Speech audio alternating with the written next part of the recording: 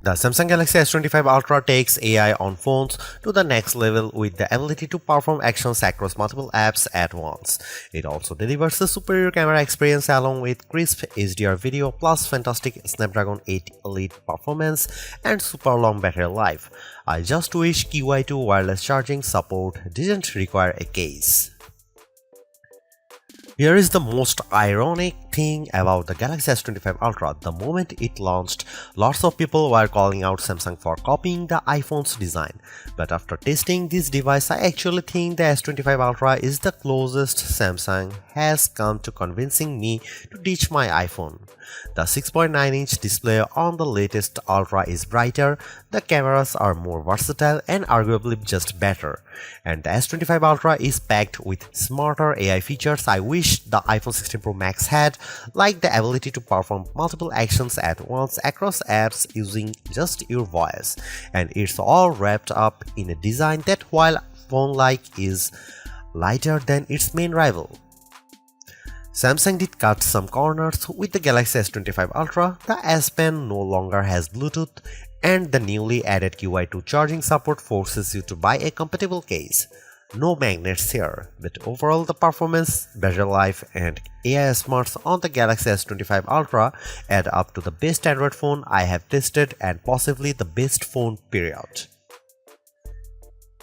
The Galaxy S25 Ultra has a release date of February 7 and it still starts at the same yikes-inducing starting price of $1,299 for 256GB of storage.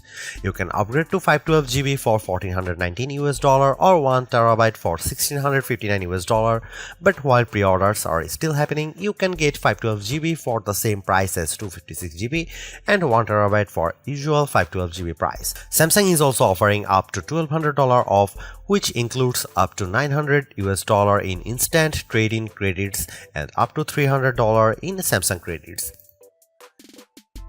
As they say, haters are gonna hate, but I think some of the criticism around the Galaxy S25 Ultra's design being too iPhone-like is warranted.